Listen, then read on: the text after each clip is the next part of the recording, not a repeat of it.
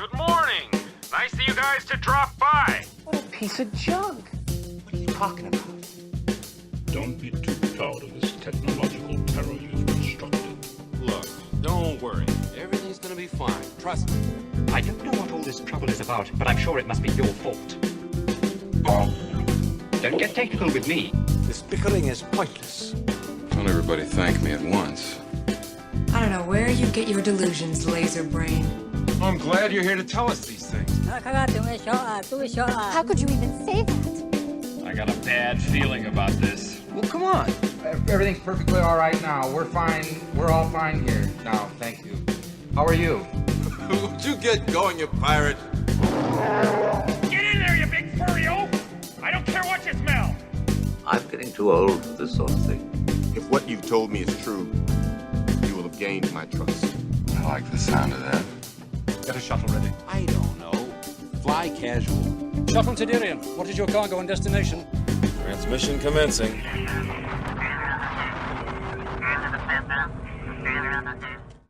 Hey everybody, thanks again for tuning into another exciting episode of the Shuttle Tydirium podcast. We are the mothership of Casual X-Wing. I am your host, Captain Jim Chadwick, also known as Hey Chadwick on the forums.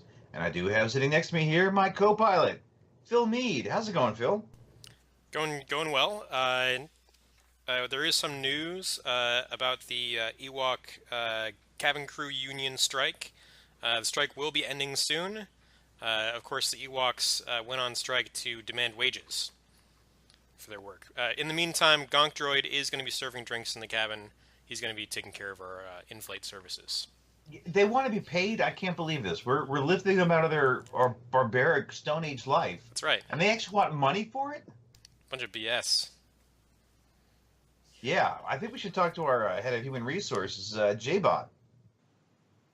Well, yeah, see, this is the part that we're actually having the most difficulty in the negotiations here. You see, we consider money to be these electronic credit types of things, and their idea of money tends to take the form of bone type materials, and well, typically those are just recycled, so it's difficult for me to make money for them that they don't recognize as friends and family. So that's probably the most difficult thing right now, is actually figuring out a way to convert something into currency that they're not going to recognize.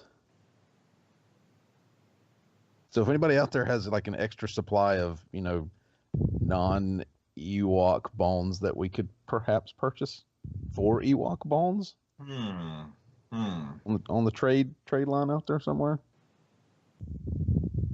just drop me a line. We'll take care of it. Well, there was that one flight, 268, that kind of had some airlock problems. Any of those lost passengers recoverable?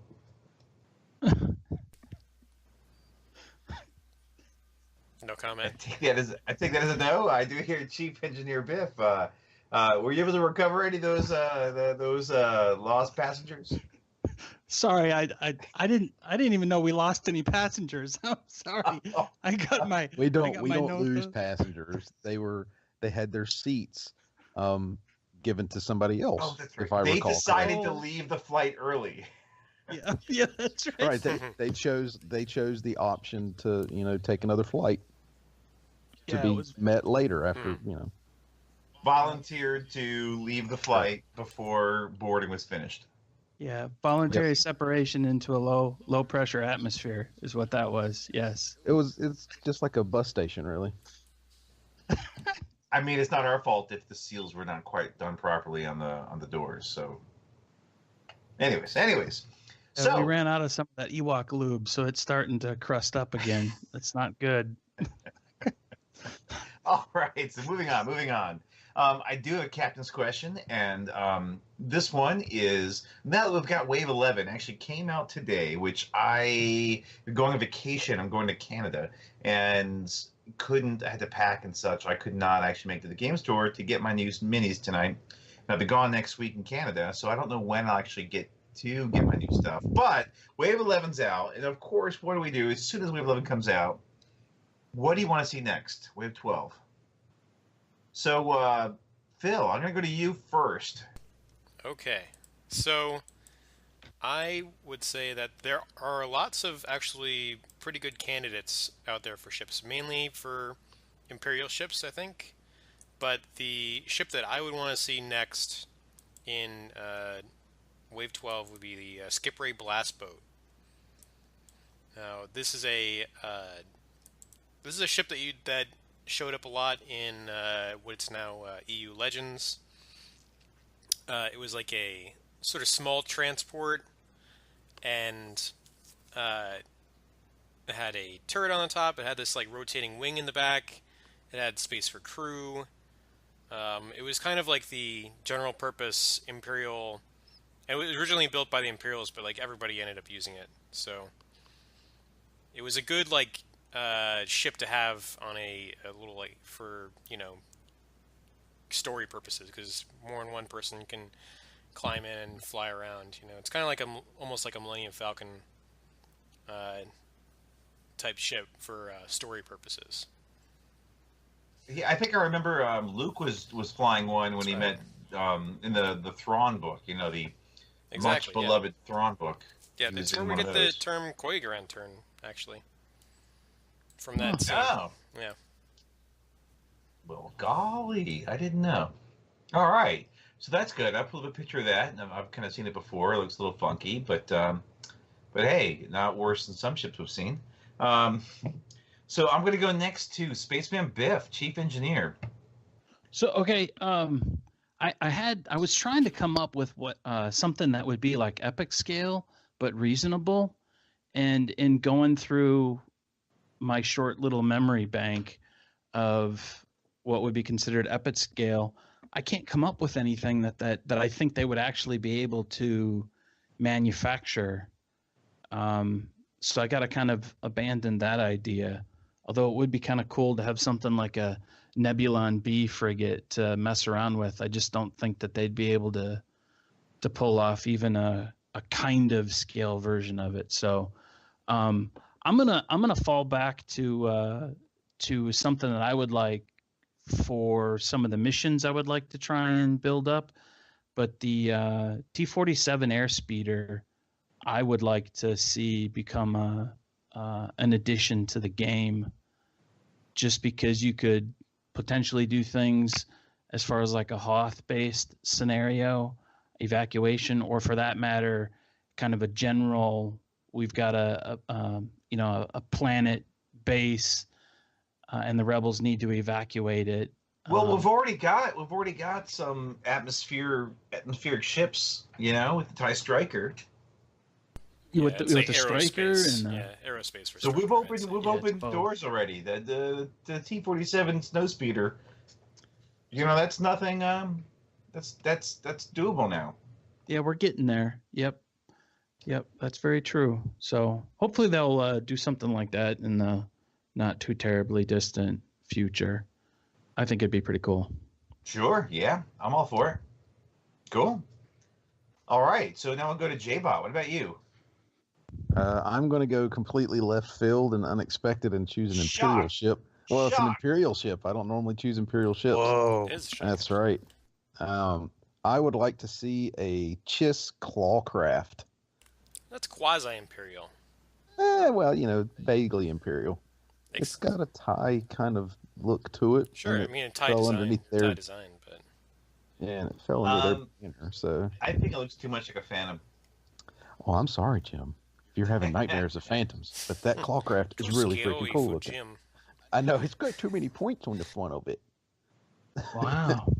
It's got too many weird little wings to it. But I was like, I actually sat here, I was like, I'm going to choose an Imperial ship. So I actually looked those up on Google, and there are some funny looking Imperial TIE fighter designs out there. That was very shocked at how goofy some of those things look. And then at the same time, there's some that are very cool that I'm surprised I haven't seen, and I can only guess because I haven't done the digging, of course, that most of those are just legend ships that appeared like one time in a comic book.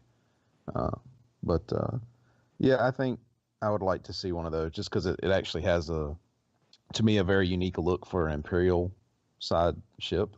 It still has that kind of reminiscent of a TIE, but it's more sleek, if that makes sense. Like it's more curvy than the harsh angles of a Imperial ship. So I like that. Cool.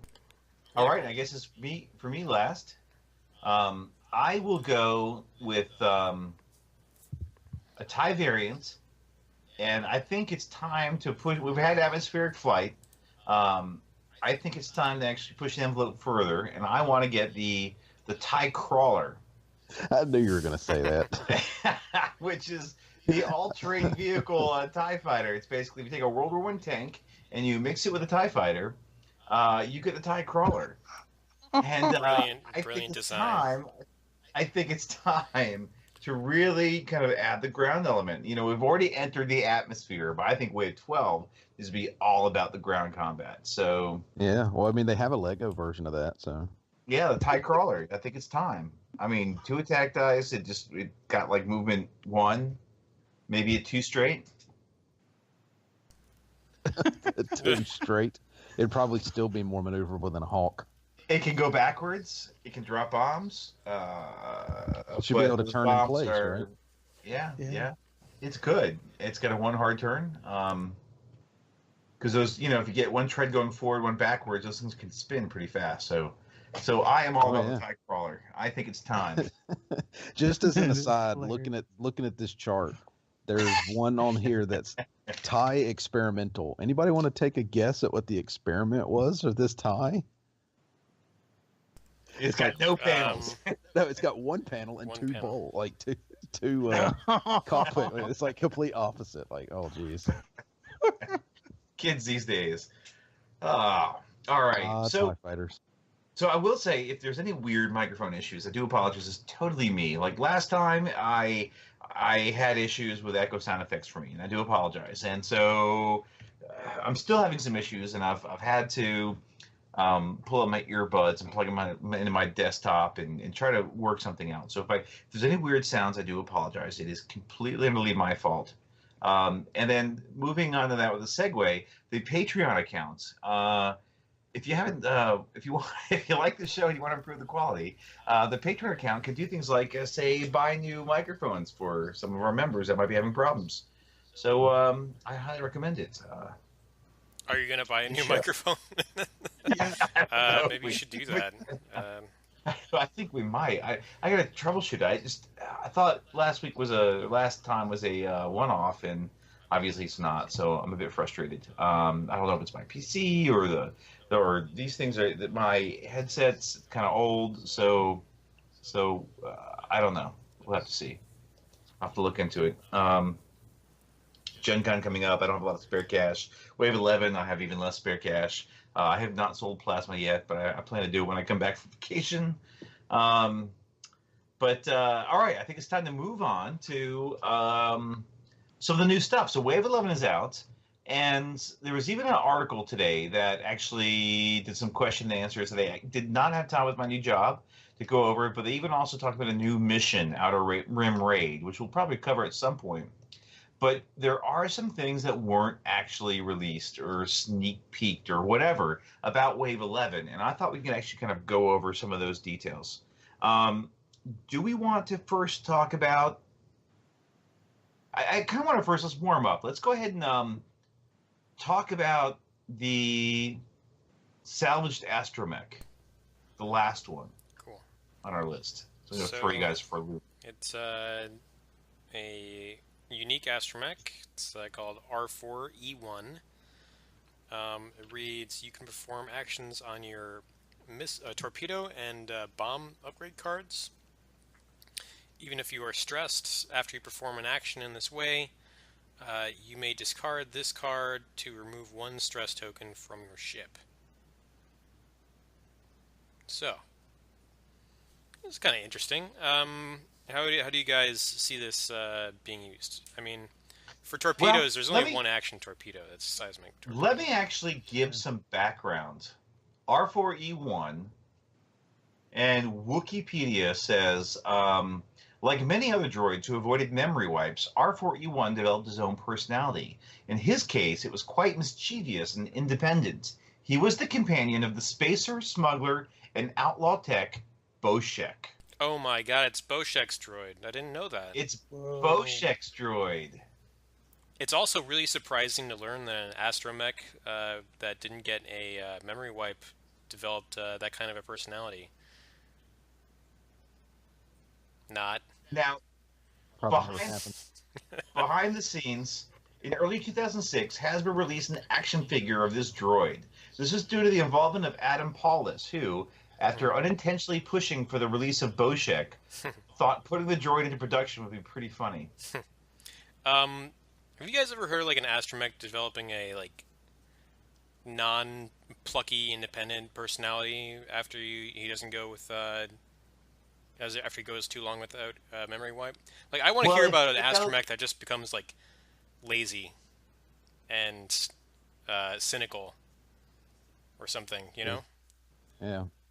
That'd be I fun. would say I want to hear about one that's needy, but that's already C-3PO, and he's already had lots of memory wipes, so... Yeah, I think the memory wipes make him more needy. Maybe, yeah. Yeah. I think they remember all the crap that humans do, and they're like, forget these guys, you know? Anyway, so this lets you do torpedo and bomb actions if you are stressed. Now, let's kind of go over that with that torpedo and bomb actions. What torpedo actions are there? Seismic torpedo. Yeah, that's it right now. Yeah. At the moment, yes. Yes, seismic torpedoes. You know, you can launch them with R4E1. Just want to bring that up because otherwise you'd be like, why the heck are torpedoes there? Right. So with this Salvage Astromech, you could actually do like a K-turn and drop a bomb. Yeah, that's probably pretty good. Yep. That's probably the best use you could get out of this. So this came out in the Skurg H6 Nubian bomber, because some people don't remember when we talked about the H6 a while ago. It's of Nubian design. Isn't that right, Biff? Who would that be? Who would forget such critical information as that? I know. Particularly the background of a design of a ship, which would be a chief engineer's purview. It's terrible. It's horrible. Biff forgot it's Nubian. So, let's talk about R4E1 on the H6 Skurg bomber. I prefer to call it the H6, to be honest. A Skurg is kind of ugly, but Biff, J-Bot, you got opinions on the H6 bomber and this particular droid? Well, it's pretty cool considering the H6's uniquely flexible maneuver dial with all the red that is on that maneuver dial. It's pretty handy to have. Biff, are you being cynical? In that or sense. Are you No, that's sarcastic? I mean, there's not a ton of red, and it's just like the flip arounds. There's 3 I'm red. counting 5 reds on the dial. So wait a minute. Oh, maybe I'm thinking about the wrong dial. Never mind. Okay. Yeah, he was embarrassed. He pulled up the specs. Yeah. What else is red? But yeah, so I could see how there would be some fairly good utility to have the this astromech on the Skurg, just simply because of the red on the dial. Yeah. And the fact that you've got the Talon roll. Yeah, let's just go over the red. Threes. 5 straight, 3 hard turn, and the Talon roll, 3 Talon rolls are all red. So this thing is, just can't take a long turn. It's too much of a shingle to do that. Mm-hmm. They can't go straight fast. And of course, if you happen to be running with the Havoc title, you can still run with this astromech because R4E1 is a unique astromech. Well, it's the only way you can put in that salvaged astromech on the H6. Yep. But how do we feel about this particular guy? So we do like that. Even if you're dealing with a stress hog or some other crazy thing, you can actually still drop a bomb, which is pretty neat when you've got things like, bomblet generator or who knows what else is going on. Actually, that doesn't require an action. Yeah. Yeah, so you know never what might be mind cool all with this that. because you're already going to have a Havoc title. If you have a turret weapon, like the ion cannon turret or twin laser turret, more likely, you could have the fire control system.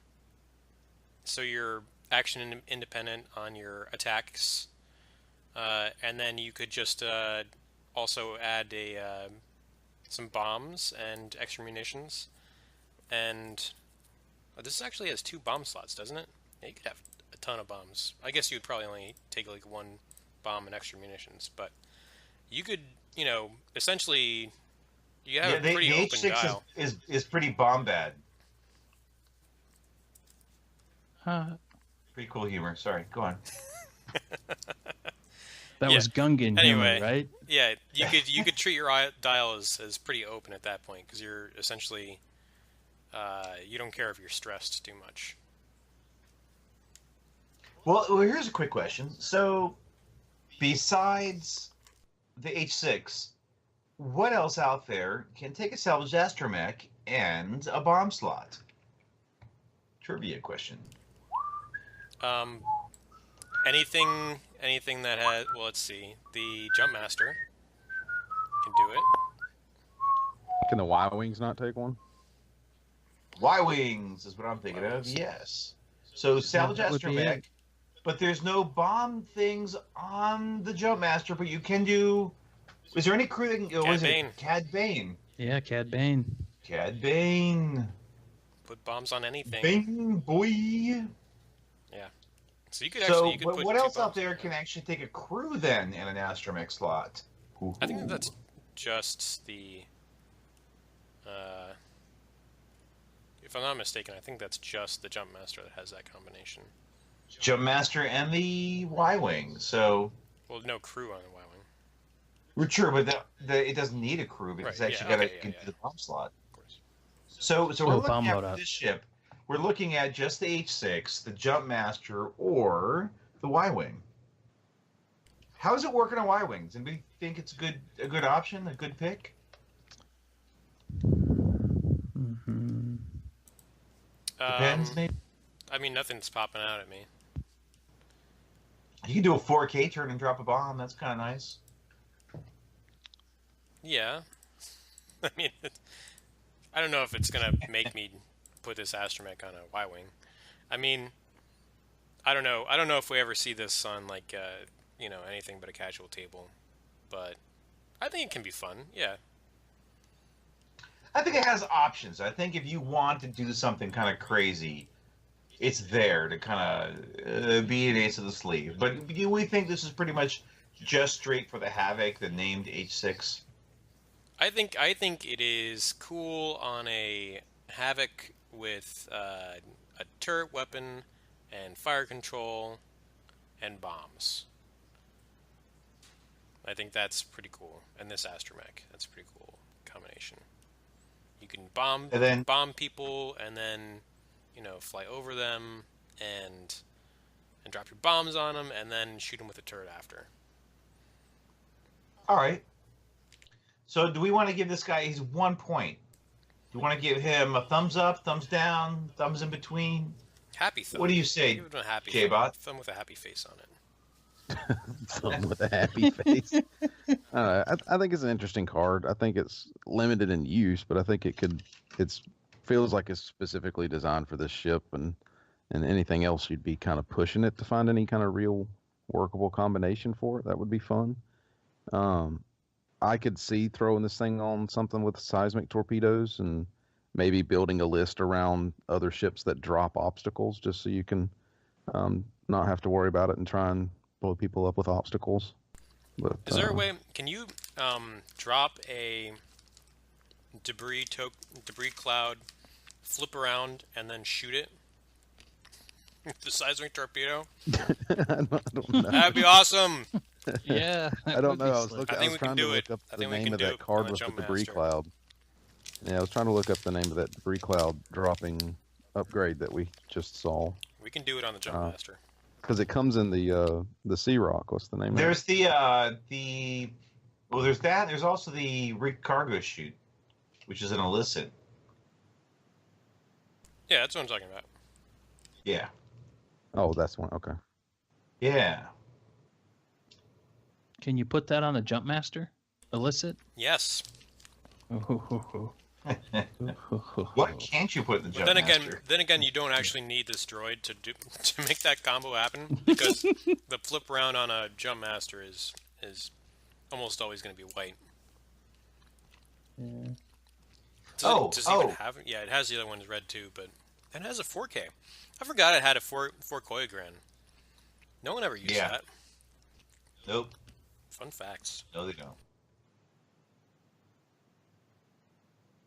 So I did want to one thing I forgot to mention this earlier, so I do apologize. We had a new listener, or a new Facebook member, sorry, Carl Skyveris. At least that's how I think he pronounces his name. He said, "How come we never hear of the shuttle leaving Endor? Seems suspicious." And I know this is completely not on topic, but I want to throw it in here. And while Biff threw out a warning about, don't ask many questions or Ewoks will escort you to your new seating assignment, and a pink slip, I responded that there are no return flights from Endor because once you go casual, you never go back. All right, moving on. Now, the next upgrade card that was released that we didn't know about was the cruise missile. Someone else actually took a picture, which was pretty humorous, of the cruise missile and put Tom Cruise's head. It was actually Brady McCoy who put Tom Cruise's face actually on the cruise missile. And I showed it to my 12-year-old son, and he said, "That's actually pretty funny." The Tom Cruise missile. It was pretty funny. 12-year-old approve. Yeah. It's funnier if you can see it, but you can imagine. Use your imagination powers, listeners. Yeah. You can do it. Yeah. Put a big old smiling Tom Cruise face on the front of that missile. Or join the Facebook page and you can see it yourself. Or join the Facebook page and see it yourself. Yeah. Okay, what about this cruise missile? People went crazy about these cruise missiles, and not just because of the Tom Cruise reference. I know. I think that was about 35% of the reaction was a Tom Cruise reference, but so I think we need Biff to go ahead and give us the specs. Okay, so the cruise missile, name as true to its name, it is in fact a missile. Just takes up a single slot.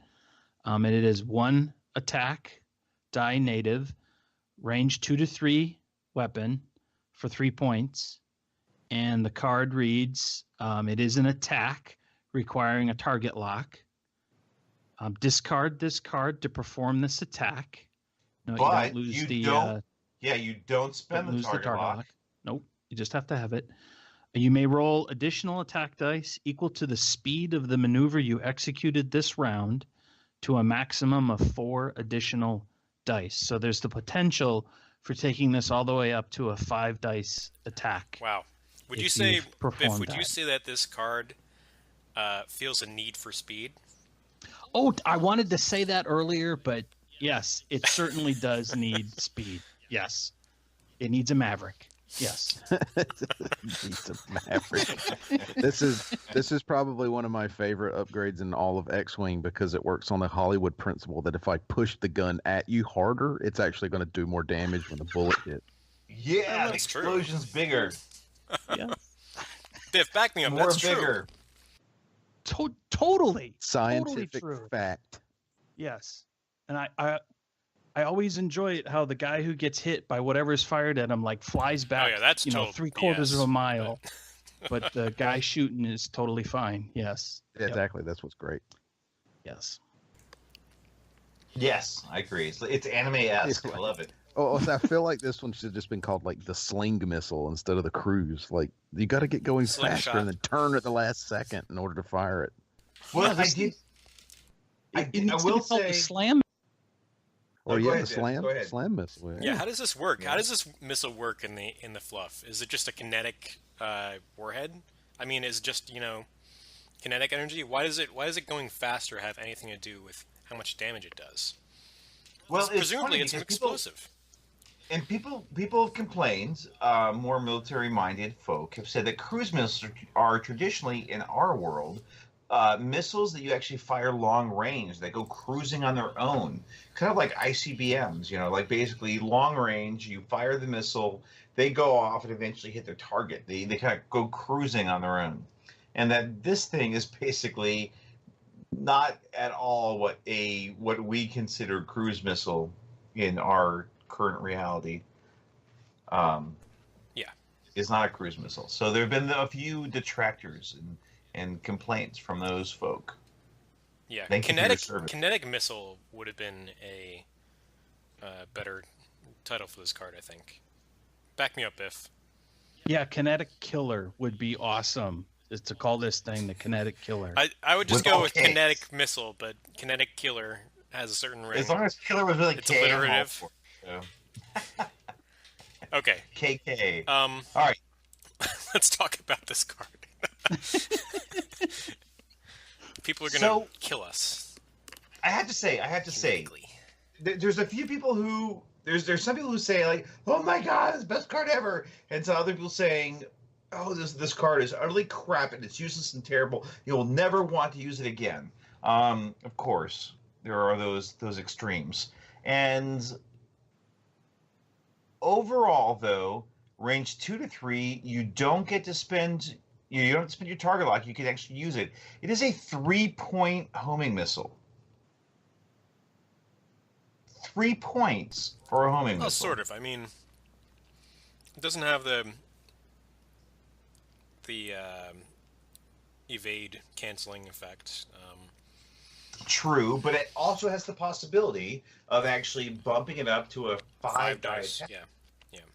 It's different. It's very situational. This whole missile is incredibly situational. Yeah, I think that's what makes it balanced. So, this missile is probably going to require a fair amount of finesse, I think, to actually deliver. Because moving at high speeds enough, moving at like speed 4 to get the full dice bonuses, you can only do 4 straight or 4 choreogram. There's no turning options there. You can boost or barrel roll to adjust a little bit, but otherwise you're just going straight. And you can only adjust so much with a boost or a barrel roll. So you're gonna have to actually know where the enemy is gonna be, and perhaps be a bit predictable too. Yeah, and people are gonna know that you're gonna be trying to do that. So I think it's gonna be fairly tricky to actually deliver one of these. Well, it's funny. I also heard people say, yet again, something else that totally misses and makes useless by the TIE Phantom. Or the TIE Punisher. The TIE Punisher is completely left out in the cold. And I'm thinking, okay, wait a second here. That's not very accurate. So if you want to do a homing missile on a TIE Punisher, you're spending 5 points, range 2 to 3 target lock for a 4-die attack. Here you can spend 3 points. You can do a speed 3 maneuver, and you still get to use a target lock for a 4 red die attack for 3 points. Yeah. And the Punisher does have a 4-speed maneuver. It's a Goigran. It has to have the target lock already, so it could do that. But let's even just say, besides the 4K turn, already have the target lock missile shot, which is very cool and spectacular, and TIE bombers can even go speed 5. We won't even go there, but even with this thing with the missile, I think one thing that people aren't thinking of is a speed 3 attack, or speed 3 4-die attack it's not bad.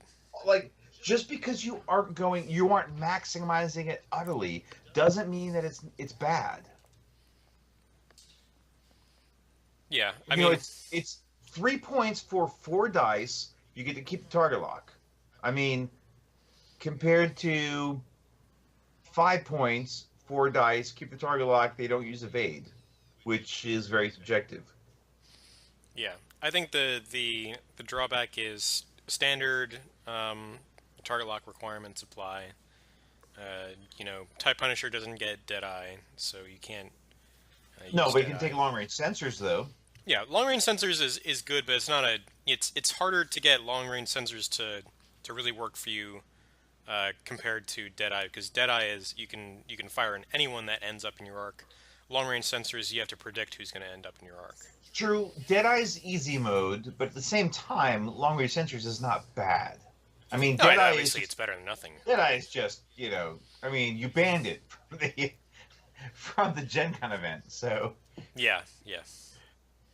So it's Gen Con. I mean, Deadeye is easy mode, but at the same time, LRS can really help out the TIE Bomber and TIE Punisher for those low PS need to get a target lock attacks.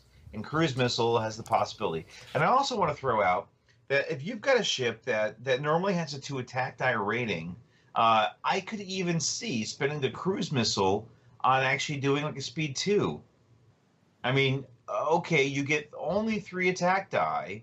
Yes, it's not optimal, but what if it's that one round where you've got someone like, Feng Rao sitting there with tokenless by the time some PS1 Z95 gets to shoot? I mean, the situation you've painted sounds great, but I don't know if it's gonna. I don't know how many times it's really gonna play out. I mean, I don't know, man. Right. I don't know. I guess everything's situational. Everything is very situational. But some people on the forums are like, "This missile is utterly crap and it's dead on arrival, and you will never see it," which I don't disagree with. Yeah. And others are like, "This missile's amazing. It'll do amazing things," and yes, it will do amazing things on occasion. It's not going to break the game though. Yeah. I think there's lots of interesting places you can put it. You can put on bombers, type bombers. I think like this missile a lot. I think that Kiraxes might end up liking this a lot, especially. Yeah. You can pair it with things like scavenger crane, so you can get a reload on your missile. They're gonna have all that. Z95s, because this is cheap. You get like a low end Z95 with this for 15 points. And imagine though, you've got a list. You've got some heavy hitters, etc. But then you get enough to 15 points to throw a Z95, and it cruises out. Maybe it's going to be a blocker. Maybe it's not. It goes out at range. It goes fast. Range. You go speed 4 or whatever, speed 3 even, and you're able to somehow get a good target lock on someone. Because through some sort of action economy, whatnot. Do you decide to shoot at the Z95, or do you shoot at one of the heavy hitters? If you don't shoot at the Z95, is it going to get it shot off with a cruise missile? I mean, these are kind of the decision-making factors that can really mess with target priority at the beginning of a game. Here's a wacky combo. So, going with Z95 cruise missile carriers, you put a bunch of those in a list, and you also get a captured TIE fighter, maybe Ahsoka with Veteran Instincts, and you give her the Sabine's Masterpiece title, so you can have a crew, and you stick Bodhi Rook in there. Now, Bodhi Rook crew lets friendly ships measure from you to acquire target locks. So the whole idea here is you fly Ahsoka out there, you mingle with the enemy ships, you acquire your target locks with the Z95s, and then you engage and destroy them. For bonus points, you could put the EMP device in that TIE Fighter too, because it has an illicit slot, if I'm not mistaken. It does. So you can also, you ionize them. You ionize them all. You set them up for that cruise missile attack, and you blast them with like 3 or 4 5 dice double modified attacks. That could be a hell of an alpha strike. What about Rebels with basically Z95s, a bunch of cheap ones with cruise missiles, and Blount with tracers. Yeah, that also works. So he always hits. Boom, he target locks somebody, and then freaking everybody and all the rest of these little piddly Z95s start shooting these cruise missiles. You want to go ahead and get some alpha strike going on. You take like Blunt with Veteran Instinct or something, and everybody goes zooming up range, speed 4, launching out these cruise missiles and just nuking something straight to heck. Yeah, that sounds pretty cool. All right, so J-Bot, kind of quiet. What are your thoughts on the Tom Cruise missile? Tom Cruise missile. I think it's interesting. I don't know that you're going to see a ton of people, unless they really out and out plan it for 5 dice, actually making that work kind of consistently. But I like the idea of the TIE fighter. I'm not a big fan of Blount, or however you say it, his name, Blunt. However they want you to say his name. Just because of the expense, and you still have to get him in range with the target lock in order to actually make that connection first. So that's actually already he needs a focus, to be honest. Tracers need a focus to fire. Oh, they just need a focus. Yeah. Okay, I thought they needed a target lock. You could put 5 Z95s in that list too, in addition to Blount, with cruise missiles and guidance chips everywhere. But isn't the TIE fighter like 12 points, 13 points at the low end? Yeah, of course. Yeah, it's dirt cheap too. So, plus it by itself is a blocker in the middle of all those guys. Yeah. So you can tie them up, or just line whichever one of the ships that you want to be in the worst position. You can kind of line it up and bump it with that ship. So, and I think a low pilot skill on the TIE fighter isn't the worst thing, other than making sure you're above them. You can go with a 5 or 6. Yeah, I think I get what you're saying. The predictability factor of the 4 straight is probably a big deal in all of this. Right, yeah, that's the thing for me. But I can see it being a big alpha strike weapon, that if you're able to line up that, I think Jim knows it, the rule of 11. If you're able to run that rule of 11 to the right number and line somebody up with those things, you can really hurt them. But if not, or if somebody realizes that's what you're doing, then they should be able to avoid at least the 5 die version of it. But still, 4 dice is pretty and solid. You don't have to spam cruise missile carriers to get good efficacy out of this, right? You could have like one butthead with a cruise missile and guidance chips or something behind your front line, and then he just moves up after the first round of engagement, when there's probably going to be people, ships are like turning, and they'll be easier to target lock and launch on the same turn. And he just makes that second round just really, really tough for the enemy. Yeah, I think it's a neat ability that can be coupled with other people, like Dutch, for example, coupling.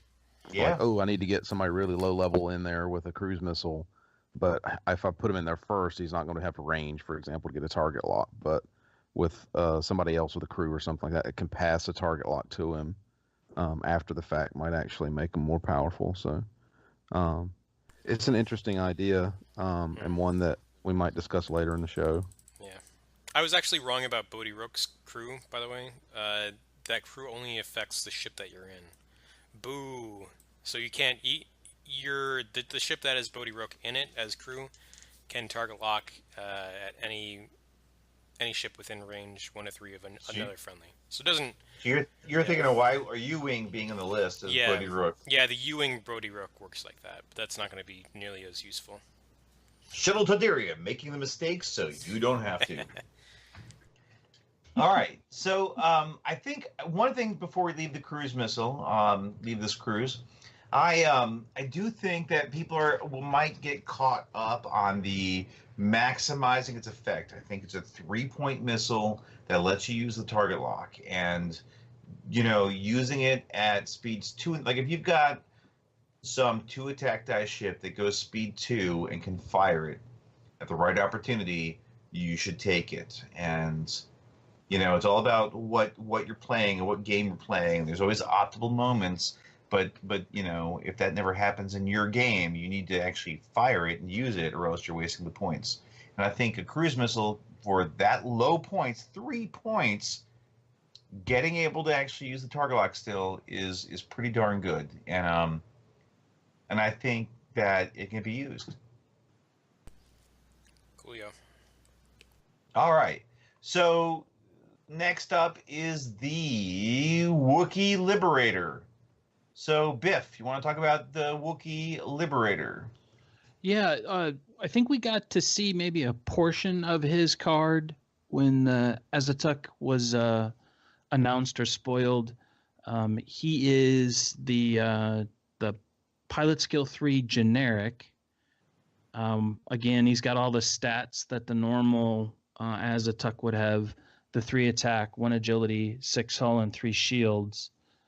Coming in at 26 points, which I think is the piece of information, one of the 2 pieces of information we didn't know definitively. So 26, snuggled in, I believe, between a 24-point PS1 and a 28-point PS5. Is that correct? Snuggled in, I approve. Okay. And we did also confirm that he's got an EPT. I think we had kind of deduced it, given kind of how the cards were overlapped and so forth, that it looked like he's going to have an EPT symbol. But in addition to the 2 crew, and of course, he's got the focus and that wonderful new, at least new for small ship, reinforce action. Yeah. And he's PS3, which is odd for Rebel ships. They're normally PS2, PS4. It is odd. PS3 is different. And primed. It's totally awesome. So, do we have any thoughts on this guy? Does he add much? Does he have a lot we want to comment on? Having the EPT makes him pretty dangerous. I feel like that could definitely... Someone's going to find a way to make this thing pretty crazy. Because Reinforce is already pretty damn good, right? Yeah. If you can, you know, leveraging Reinforce is going to be the way that people get really good mileage out of the HotAC. I think it's not as straightforward as some people make it out to be, because, you know, if you say you have like 4 HotACs in a list, and you reinforce with all of them, then yes, you have to shoot a ship that has reinforce on it. Although you can shoot it out of arc and get and bypass the reinforce action, because the reinforce is directional on the HotAC, front and out it's inside. Hard the to arc do in the outside approach. Hard to do in the approach. Hard to do in the approach, but after that, you know, HotAC is fairly easy to outmaneuver. So anyway, it is possible to bypass the reinforce. I'm just saying that. But, you know, if you have those 4 HotACs reinforcing, then you have essentially 1 ship that has a really great action and 3 ships whose action is worthless. Right? Because if you only shoot at 1, then reinforces, you know, gonna keep triggering on that 1 every time, but all those other ships aren't gonna have any actions, and they can have Wookiee commandos for 1 point helping them out, but it's only gonna go so far. Their dice are gonna suck. So I am happy that you can't take 4 of them in a 100-point list, though there are certain, I don't know, you know, fan-made campaigns or narrative events, like I heard of one called Grayskull Base that might have some missions with 110 and all, that you could actually put 4 in the list. Yeah. HotACs are gonna... I think that HotACs are gonna be a pretty powerful rebel ship during Grayskull.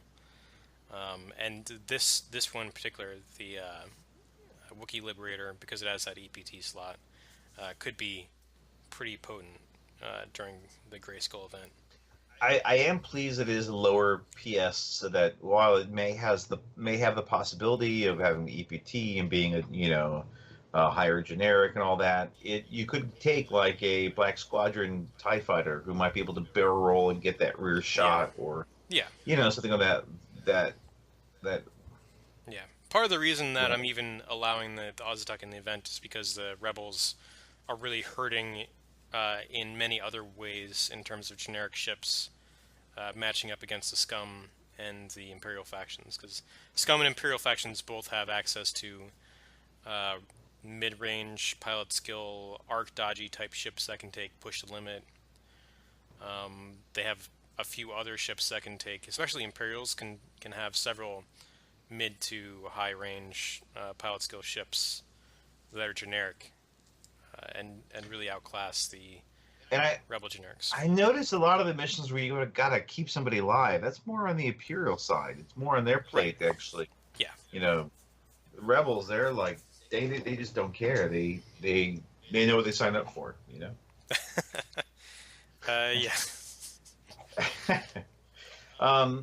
So I will say the other downside for this particular ship is that, say, like Garbandreys and other named Rebel pilots basically are once again shafted by not getting an EPT, but some unnamed Wookiee in a wooden ship. A bunch of crap. Yes.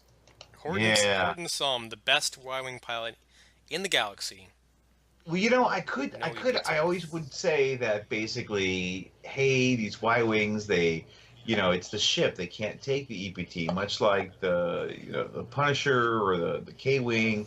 It's a giant unwieldy ship. They can't do an EPT, and then you get, say, like Cavill and the Scum Y-wing pilot. Pilot skill 7 and has an EPT. It's just an insult to injury. Really. Then I have to shut up and say nothing to see here. Move along. Yeah. So next we see the dial for the TIE Aggressor. And Biff, do you want to talk about this, Chief Engineer Biff? Sure, I can give it a go. So we'll start at the low speed maneuvers as far as what is available. At speed 1, you've got the left and the right bank; those are white, and you've also got a 1 straight, which is green. No 1 hard turns. Yeah, no 1 hard turns. So moving up to speed 2, you've got the full suite of standard maneuvers. Kick it in gear. The hard turns are white, and the 2 forward and 2 banks are green. Somewhat similar story for the speed 3 maneuver. You've got the hard turns and the banks; those are white. It is only the straight 3 that is a green maneuver. You've got the 4 straight ahead at white, and you also have a 4K turn, which is per normal, it's red. That completes the dial. No speed 5s available at all, and then none of the K turns or S loops. I'm sorry, not K turn, the Talon rolls or the S loops on this one. This is your relatively open dial as described by FFG. So now I know what they mean by that. Yeah, it is 1 red maneuver. It can't do a 1 hard turn. It can't do a speed 5 anything, but it's got every other standard maneuver in the game. Mm-hmm. Man, it is pretty open, and I do think the speed 2 bank green is interesting because, say, like an X-wing that has all speed 1 forward and 1 banks green, and then the 2 forward green. It is very similar to an X-wing, but not quite. Yeah. It's very similar to a TIE Defender, but not quite. Or a TIE Bomber, but not quite. Most similar to Z95, I think, actually.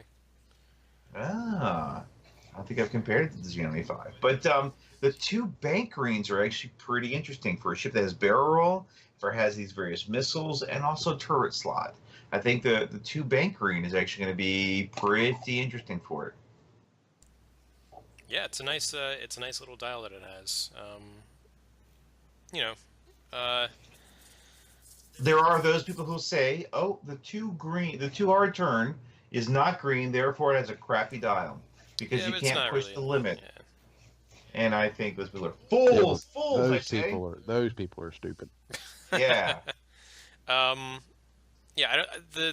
green turn doesn't matter so much here because it's probably going to be, if it's using a turret weapon, then it doesn't really need that kind of capability. It doesn't need to be arc dodging to that extent, because you can go in any direction and still shoot at the enemy. Yeah. So J-Bot, what do you think of the dial? I feel it's a little restrictive. I mean, not having any fives or any other fancy curve, loop, new maneuvers or anything like that. I mean, for a TIE fighter. It does have a barrel roll. Yeah, well, yeah, still. It's kind of restrictive. I mean, I thought they said open. Where's all the options? It's just all forwards. Where are the options? It can do everything. There's only one red maneuver. It can do everything but an S. Why can't it go backwards? Right, yeah. I mean, I think there's more open opportunity there. They make the font a little bit smaller. They could maybe squeeze a handful more turns on this thing, for crying out loud.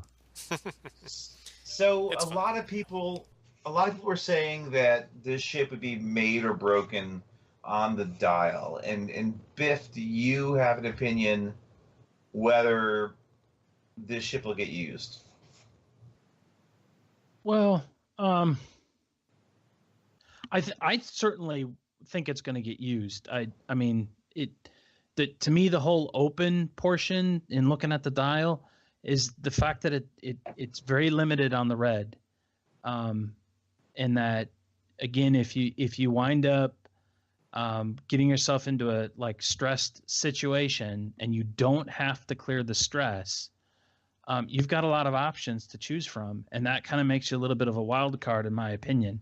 Now, I'm coming at this, I suppose, more from maybe a mission game, where you might not necessarily be constrained to a 3x3 playing area, and there's maybe objectives involved and so forth. So you're not necessarily just trying to take out the opponent's ship in kind of the classic X-Wing sense.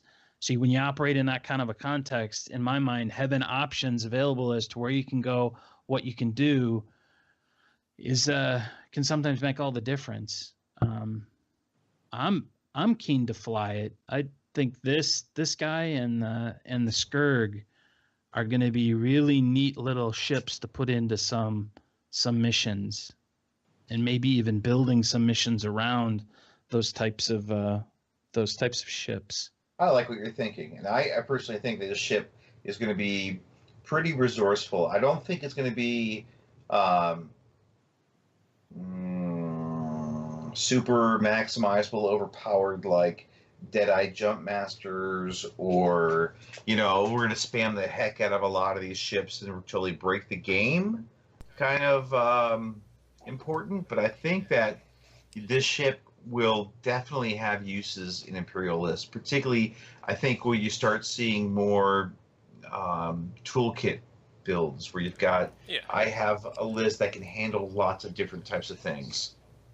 And I think it also in missions and in casual play that this particular ship is pretty darn potent with 2 missile slots, whether it's, the unguided rockets or, various other missiles, and the turret slot on a dial that, to me, is pretty open. It's not very restrictive. It's not crazy maneuverable, but it's definitely not restrictive at all. You got barrel rolls going on still, so you could do things like a 2 hard turn and then barrel roll. Yeah. 3 hard turn barrel roll even. So, I don't know. I'm pretty excited about what the dial shows and the ship and what it can bring. So I think the TIE Aggressor, I'm very pleased with, personally. Yeah, I see it as being up there in terms of power, but not crazy so far. That's my impression. Yep. I like it. I approve. Anyone else got thoughts on it? I think it's going to make it a dangerous ship. I mean, I really do, with the barrel roll and that good of a dial. I mean, there's not much, and the turret, there's not much stopping you from doing the 4 TLT list again, but with actually maneuverable ships instead of Hawks. I mean, it becomes very dangerous. Yep. I like it. Even with this ship, you stick on a 2-point auto blaster turret. Just, that's not even, you're not planning on using the turret main, you're going to do something else. I think that's something you could do. Cool. Okay. What is next? All right. So next, I think we're going to talk about the Heroes of the Aturi Cluster. Did you want to mention the Skurg Lock Revenant? Oh, is there more to talk about? Where is it? We didn't have a picture of it, but... Oh. Yeah, okay, I guess we can. So you can maybe edit that bit out with me doing the... Sure. I will definitely do that. Sure, why not? It's no problem for me. Yeah, so Lock Revenant is a Pilot Skill 3 Skurg. It's 26 points and has an EPT slot. I think the EPT slot is what people notice most about this. It sort of sets up a situation where you can have U-boat type ship where you can have the Deadeye and torpedoes. Ordnance. Yeah. And set up that ordnance carrier. Yeah, you basically couldn't do it. They got rid of the U-boat Jumpmaster thing where you've got 3 torpedo boats, but now you can have a 24 points, H6 bomber with, torpedo, missile, bomb, and turret. You can take Deadeye on these guys. All right, I'm looking at what kind of turret you could fit on a... Well, here's the thing. So with Deadeye, a 4-point missile, and extra munitions, that already brings it up to 33 points. So if you're doing that, there's no space for a turret. If you just want a cheap missile or a 4-point missile and no extra munitions, then you can start fitting basic turrets in, but not like good turrets. You could probably let's see what we can get. You can get like a cruise missile, because we just said that was good, and a dorsal turret, and that's 33 points. Dorsal turrets are 3 points, and that's the Go for Auto Blaster. Auto Blaster's okay too. Yeah, maybe you want Auto Blaster instead of dorsal. Yeah. So yeah, I mean, ultimately, I don't think it's going to be anywhere near as good as a proper U-boat was in the past for a few different reasons. Number one, it's not as durable because it only has 1 agility, whereas the Jumpmaster has 2, and the hull and shield are very comparable, just 1 different. The native turret is much better than a point turret, especially when you have to give up your second torpedo shot to get even fit a turret on this list. The one advantage that the Skurg has over the Jumpmaster is a 3-dice primary, although that's only forward-facing. So, I don't know if that's really going to... I don't know if that's better than a 2-dice primary turret. Also, the Skurg does not have a white flip-around maneuver that the Jumpmaster had. That helped a lot in picking up those second round of engagement torpedo shots, I think. So a lot of people think that this is very, very scary. I don't really think it's very, very scary. I think it could still be a relatively powerful ordnance carrier, I guess, but 3-dice primary is also fairly powerful. I don't know if it's really worth it to stick ordnance on ships that have 3-dice primary. I don't know. It has to be a really good ordnance shot. Yeah, I don't know. I think overall you can have that, but then again, we don't really deal with such nonsense. So overall, I think it's a cheap 26-point ship with an EPT slot. They can probably add some janky nonsense to, with all sorts of crazy stuff, and you can stuff it in the list, and it'd be kind of crazy. Yeah, I would say that ordnance builds for this are even okay for casual games if you're not Yeah, that's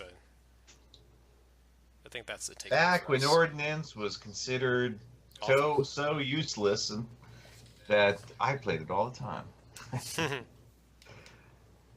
Yep. Cool. All right. So that's Wave 11 sneak peek, or I guess Wave 11 unveiled. By the time this podcast comes out, You've had it for 2 weeks. Except me, I wouldn't have probably just gotten it, or we'll be getting it that week. All right. Yeah. Cool. All right. So next, I've been wanting to talk about this next segment for a while, and it is Heroes of the Aturi Cluster. Cluster. I still wish we should have done the. We just did. Dun dun dun. Yeah, there it is. I have one, but maybe I'll switch it out for that. I know that one's kind of. It was nice. Or add it in. I don't know. Yeah. It's kind of like add it to the end. Cool. Heroes of the Aturi Cluster.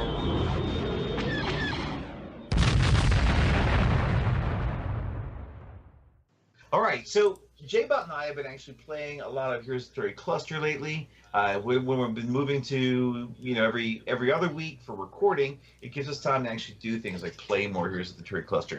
And we had started at square one and been working on our campaign. And we we rarely have less than 6 people involved in a mission. And whenever we start, it's like Tide Punisher, Jason, and I. We're like, oh yeah, let's get Heroes of the Aturi Cluster. It'll be good. We'll get a game in. It'll be real quick. Maybe we'll get 2 in. And by the time we start setting up and pulling stuff out, oh, here's the Aturi Cluster. Could I join? Oh, here's the Aturi Cluster. Hey, we got like max people and people sitting on the sides watching, because I'm the only one who's still bothered to print out a whole set and everything, and so we can only do one at a time. But that would have probably made for an amazing prize at Gen Con. Here's a full set of the Heroes of the Aturi Cluster made by Jim. You don't want it from me, from somebody else, but yeah. That would be pretty cool. Yeah. So, we've been doing a lot of different things, and I'll start off with talking about it, because I know I get people who ping me and stuff like, oh, I just started listening to the podcast. It's great. I hope you continue to talk about Heroes of the Aturi Cluster. And they're like, oh, that was back at, episode 12. So I know people still want to hear about it. And I've got a character in an X-Wing who's staying in an X-Wing that I really enjoy, called Starscream. And is my handle. I decided to go for a mobility-based X-Wing because I've got the firepower. You go for Predator, you've got the firepower, and I really want to do some crazy mobility stuff with the X-Wing. And what I eventually was able to get was push the limit, and then BB-8 as the astromech. And what that allowed me to do was basically, dial in a green maneuver. So it's a green maneuver, and before I technically reveal it, I can do a barrel roll. I can then push the limit and do something else. I would have engine upgrade as well on the ship.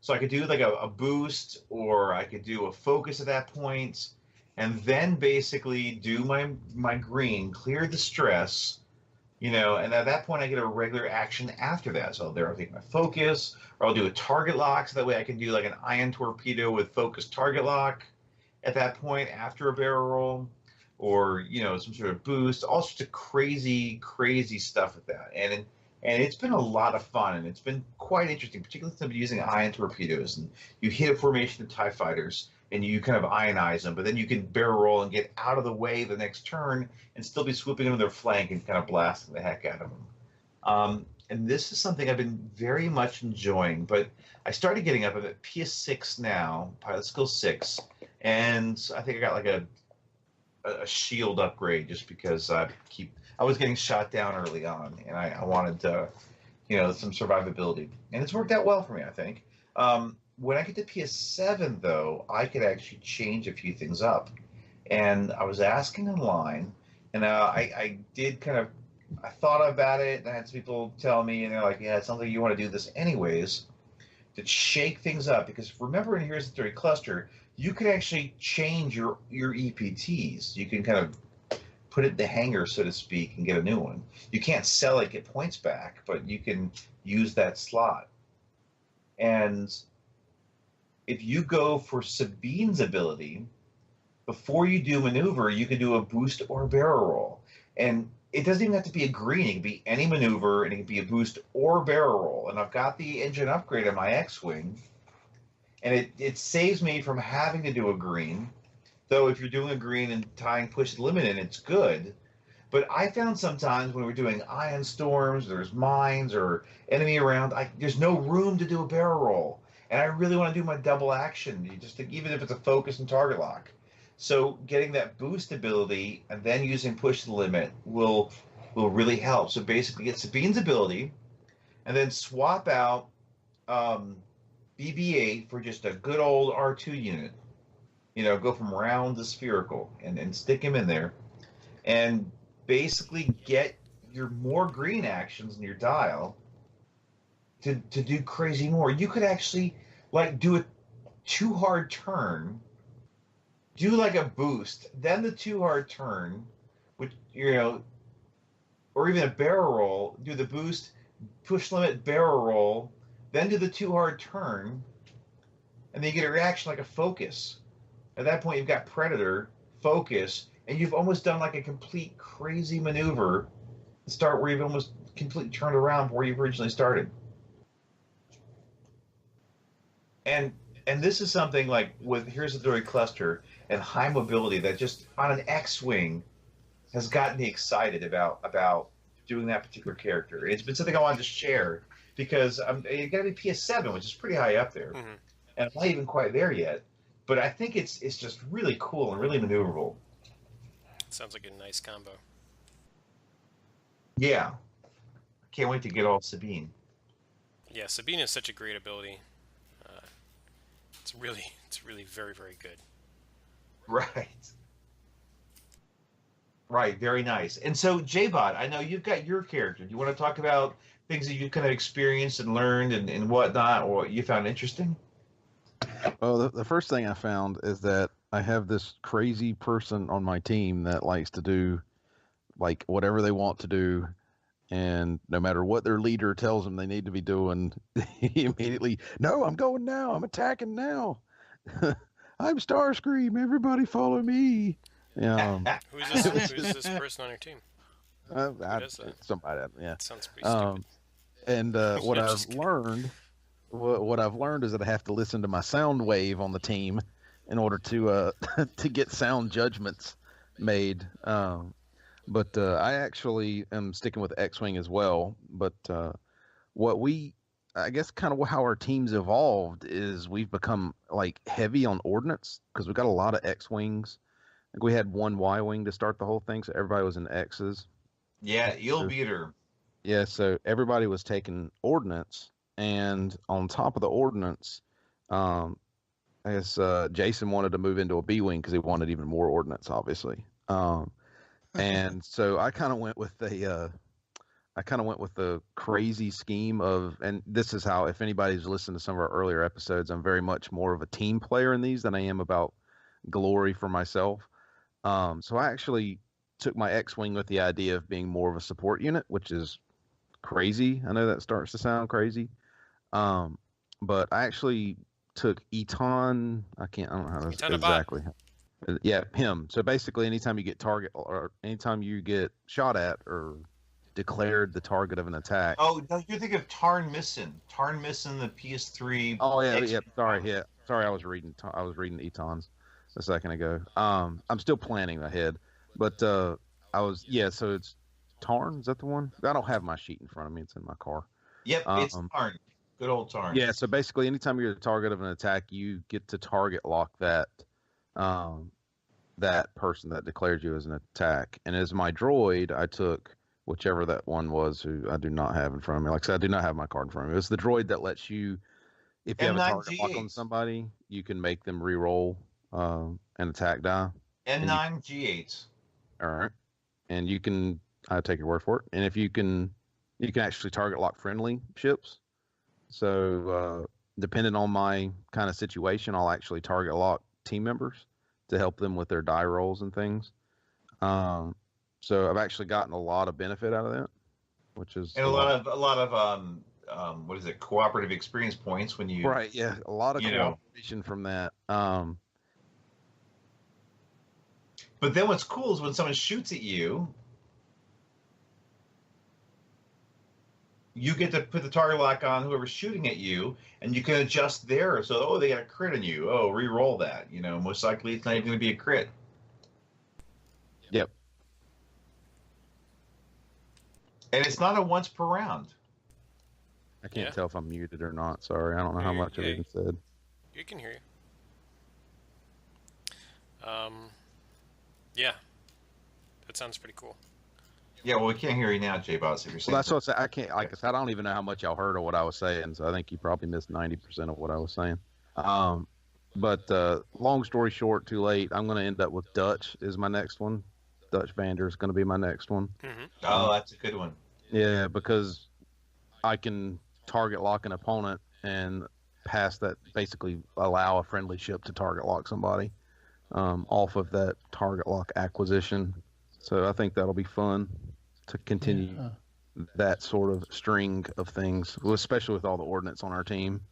And I'll probably end up going more defensive. That's why I was looking at Eton and some of the other guys, like A-wing pilots and things like that, for essentially sticking the ship out closer to the enemy and being more of the draw and trying to stay alive and taking advantage of all these re-rolls and that sort of stuff. Well, we don't have a tank. Somebody needed to be a tank. I know we've been playing, and I really do love ion torpedoes. They can really help out.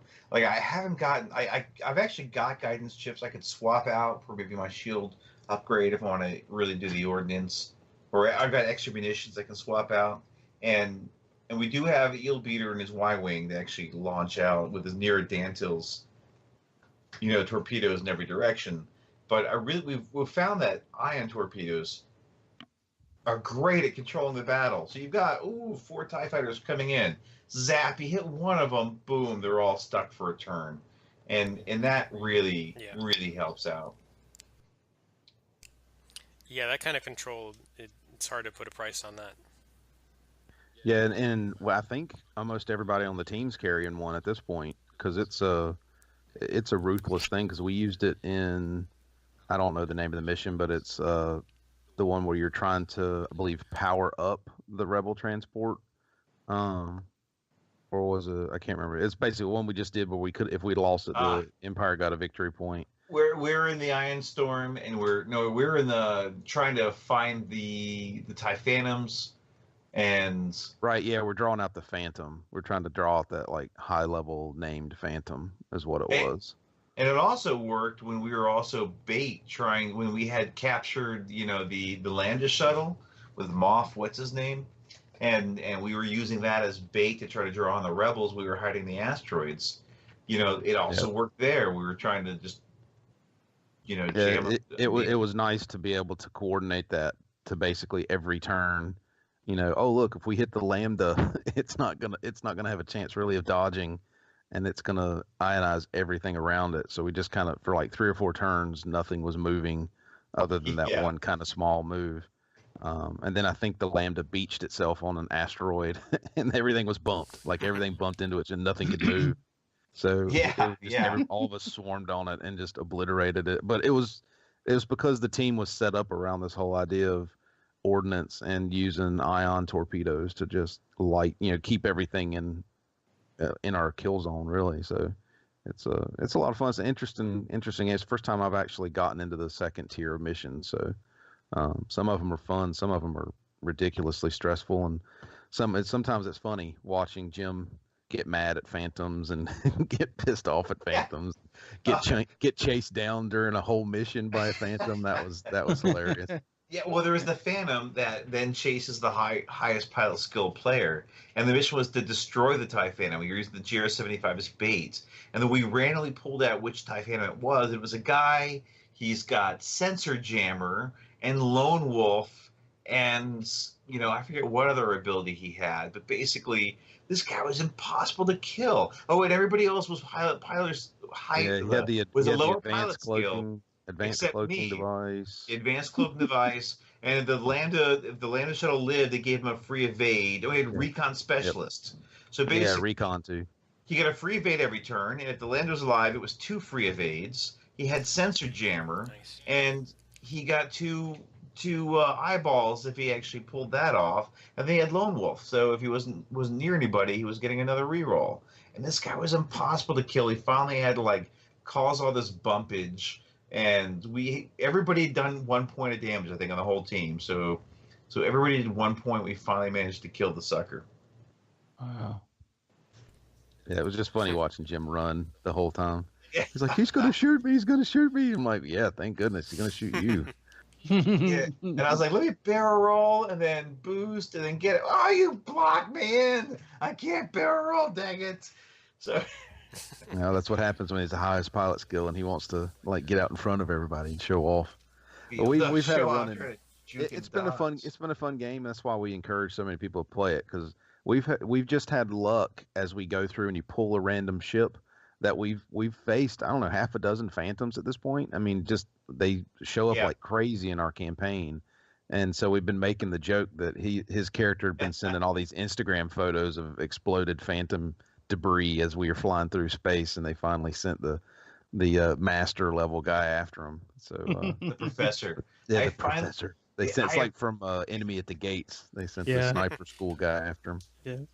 I have killed 3 TIE Phantoms personally, and then there's been I know I've got others. one. I know Jason's got one. I can't remember who got the other one, but yeah, it's fun.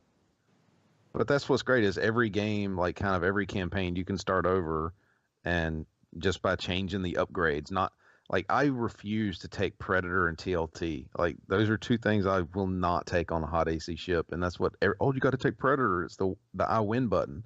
It's like, but this isn't about like I win buttons. This is about making crazy comboed ships that do weird stuff, and you have to fly differently.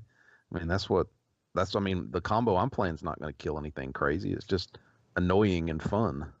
Well, I take Predator, and it's only after I had expertise, but I lost it due to getting shot down and losing my most expensive upgrade. And then I didn't have enough points to replace it. So I've got Predator, because I lost expertise. But I really want to use my my actions for my maneuverability in the Y-Wing. So I really need something to help modify the dice. But I'm fine with the push limit now and the free barrel roll. I actually, I'm squad leader. I find my times actually giving some of my actions out to my squad mates to see, to help them out, which is pretty cool. So are you guys playing it, or have y'all been moving on to other stuff? I've been playing a little bit of HotAC with a group here in New York, and I'm flying Y-Wing, packing ordnance, including ion torpedoes. I think I haven't really used them to the best effect yet, but you can definitely see. Are you gonna see it from here? Near-Dantals? I was thinking about picking up Near-Dantals' ability. Yeah. It's always really, really good. I find I like targeting computer on a Y-Wing with ordnance. Targeting computer for your astromech, because you can do a 4K turn. Targeting astromech. Yeah. Yeah, targeting computer adds the target lock. Oh, targeting computer, I'm sorry. Targeting bar. astromech, yeah. Yeah. Duh. Yeah, targeting astromech could be pretty cool too, yeah. Yeah. Biff, have you been playing at all, or have you not been? I played, this is probably about 6 months ago. I played, I think it was about 3 missions with my son. One of them was a repeat because I played it by myself to understand everything before I brought him into the fold. So I really only have kind of 2 missions under my belt, and then we got sidetracked with various other things. But it is definitely something that I want to get back into, because it, a lot of crazy ideas. I follow the HotAC Custom Campaigns Missions and Rules Facebook group, and there are just, so if our listeners are not familiar with it and love HotAC, they need to check that out. But there are a lot of great ideas for mods to the missions, different ways to play, victory conditions, just boatloads of great ideas that you just apply to the core mechanics of HotAC. And it just, I mean, not having played them, but just thinking about them and reading through some of the ideas, it just, in my mind, would just take the game to a whole nother level of an experience. So, you know, what was that Facebook group? It's called HotAC Custom Campaigns, Missions, and Rules. Have they worked up the Imperial side yet? Because I know we get that question at least every week or two whenever people see us playing. Yeah, there's people that have got what I'll call like the core mechanics, and they'll have missions out there. But I and this is just my assessment of the situations. Hopefully, I'm not offending anybody out there, but I don't think that it's as like a complete of a package as HotAC. It's not like you've got 15 missions. It'll be like 2 or 3 that are strung together, but you know, you'll have the AI for the rebel ships, and you get to choose what Imperial ships you'd like to fly. So people have definitely got the pieces, and they're getting some maturity out there. I've not flown any of that stuff myself, as you know, I just told everybody, but they're definitely chunking along with it. And then off the stuff I've read, it shows a lot of promise. Yeah, it feels like cool.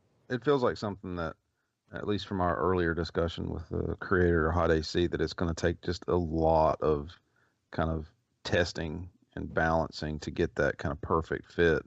And I know HotAC had to have gone through so many iterations to get it where it's at. And I mean, obviously, I enjoy it. That's probably the most fun that I have playing the game is playing HotAC. So I'm really interested in Imperial side, and I'm hoping somebody out there is considering the Scum side as well, because I think that could be. I mean, I could see that being last. Where hey, if somebody gets the Imperial side, so they've got Rebels and Imperial ship dials working now as an automated thing, then Scum becomes a much easier idea.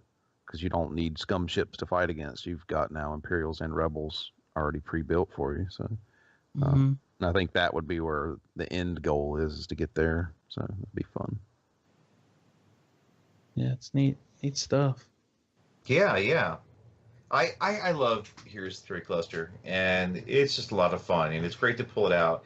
And I find, you know, every 3 months or so, it's a different crowd that you're playing with, and you know, I try different things. I haven't tried an A-wing yet, but I'd like to do it one time. Or I'd like to try a hawk, just to do it. And there's so many crazy combos, and even playing through the same stuff again, it's pretty interesting.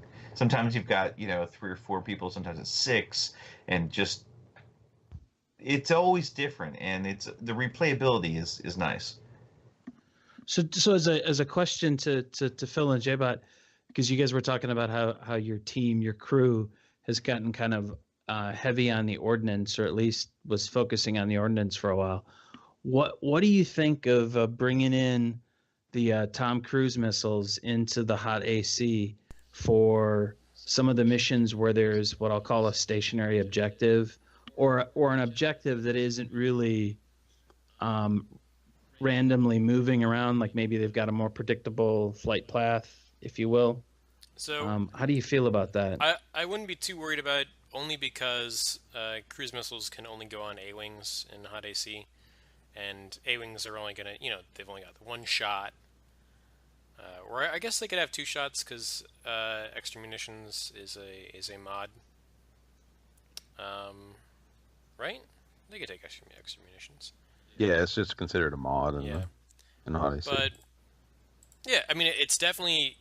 The cruise missiles get better in a scenario because of the reasons you said. Stationary objectives that you shoot at, and more predictable flight paths in terms of you know, enemy ships. They're not going to dodge. They're not going to, you know, see that you have a cruise missile and like, get out of the way, or try to prevent you from getting in that range band that you want. Yeah, I kind of see it the same way. Unfortunately, I think I've only ever seen one person run an A-wing in a HotAC campaign in our area. He did it to pretty good effect, but it was very much a hit and run kind of run out in front of the team sort of idea. He just ran as fast as he could and tried to blow past the enemy.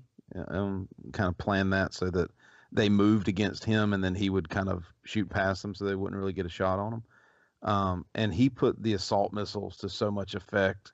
It's hard for me to see the crews doing the same thing, unless you have a hard target like a decimator or something out there that really can't move. If there were more A-wings, I could actually see the use in it, and it would fit perfectly with the way I'm building my ship, because then it's like, oh look, I can give you a target lock on ships, and you don't need to worry so much about your placement, but like when you're moving, like, hey, just make sure you're within range 2 to 3 of something of what we want to go after, as long as I'm properly balanced. So, but it's just that shortage of A-wings that I think that's the only reason I don't see it seeing too much kind of use in HotAC. I think it's usable. I think you could put it on, particularly when you can get like even Deadeye or something like that, if you wanted to, to adjust it, or that you're going faster than probably most of the other ships. I think cruise missile could be used pretty well in HotAC. I think even if you want to go for a budget like an A-wing, that wants to have options, I think it's a cheap way to kind of get out some hits. Extra munitions, cruise missile, A-wing, and push the limit to get your target lock focus. I think it'll be there. Cool. Yeah. All right. Do you guys have anything else about HotAC you want to talk about? No, it's good. No, I think it's it. I think it's pretty fun. I've had a really good time with it, enjoying it. So yeah, I love it. Awesome. Too many TIE Phantoms. We pull out TIE Phantoms. Oh, random ship. What is it? TIE Phantom. I'm like, son of a. So I have enjoyed blowing them up. I'm going out of my way to kill as many as I can. So it's good. It's good. A lot of fun. Nice. Are you putting any notches or anything like that on your carrying cases, your storage bags, or anything like that? Well, I put on my character sheet. I've been putting notches in other people's Phantoms, but they didn't quite like that. So Jim's got a kill sheet. He's got his little HotAC tickets, or they have the kill places. I actually added one on mine for proximity mines because I killed like 8 of them in that one mission because everybody else was busy doing other stuff. I'm like, yeah, I need a kill slot on this because I can't kill other ships. I'm always getting shot at. I'm almost never killing anything. So I've killed a lot of proximity mines in my career, though. Yeah, I didn't kill a lot for a while, and it wasn't until kind of near just lately, the past few missions, that have been racking up a lot of kills. So it's been pretty nice. He was getting killed a lot in the early missions. Well, I got both of killed us a lot. were. He got killed a lot early. Shot It down. was bad. I died, I think, the second turn of the very first game. I mean, it was the guy's like, here, I'll roll for you, and he hit with every single one of them. It was like 2 hits and 2 crits, and I blanked out. Yeah. Got direct hitted and just dust. It's like, I'm turning in. I'm going in for my shot. Boom. Like, oh, there went my guy. That was fast. Yeah. We've had some bad moments. Yep. So, yeah, it's fun. Well, just encourage people. I know we haven't mentioned it in a little while, but just keep encouraging people to play. Yeah, it's good. So I've had a lot of fun. It has been pretty enjoyable. But our current squad right now is I've got the X-wing. So does J-Bot. TIE Punisher Jason's got the closest you can get to a TIE Punisher in a B-wing with a HLC and then torpedoes and extra munitions. Eel Beater, he has got the Y-wing with ions and protons and extra munitions and targeting computer and neurodantals, targeting astromech, excuse me. And then his son has got another X-wing, which I'm trying to think. He's got Predator, I know, but overall, we've had a pretty fun squad. It's been good. All right. So with that, I think we are coming up on Endor. Once again, we are always coming up on Endor because once you go casual, you never go back. We're never leaving Endor. That's right. All right. It's just a round trip. We actually never go anywhere else. Just circle the planet and come back. Yeah, that's what my son said. We just kind of circle the planet. It's a big circus ride. That's all it is. Right. It's a giant carousel. No one realized it yet. All right. So with that, I'll be on vacation in Canada, and I think we won't be interrupting recording because we're doing this on an odd night, just to make sure we don't miss out on extra recording and sending out to you guys. And we will talk to you guys soon. Sign up for the Facebook page if you want to chat more, and looking forward to the next episode. Have a good night, guys. Night. Whoop, whoop, whoop, whoop, whoop, whoop. Say something, Biff. Hey, good night. Good night. Good night. Good night.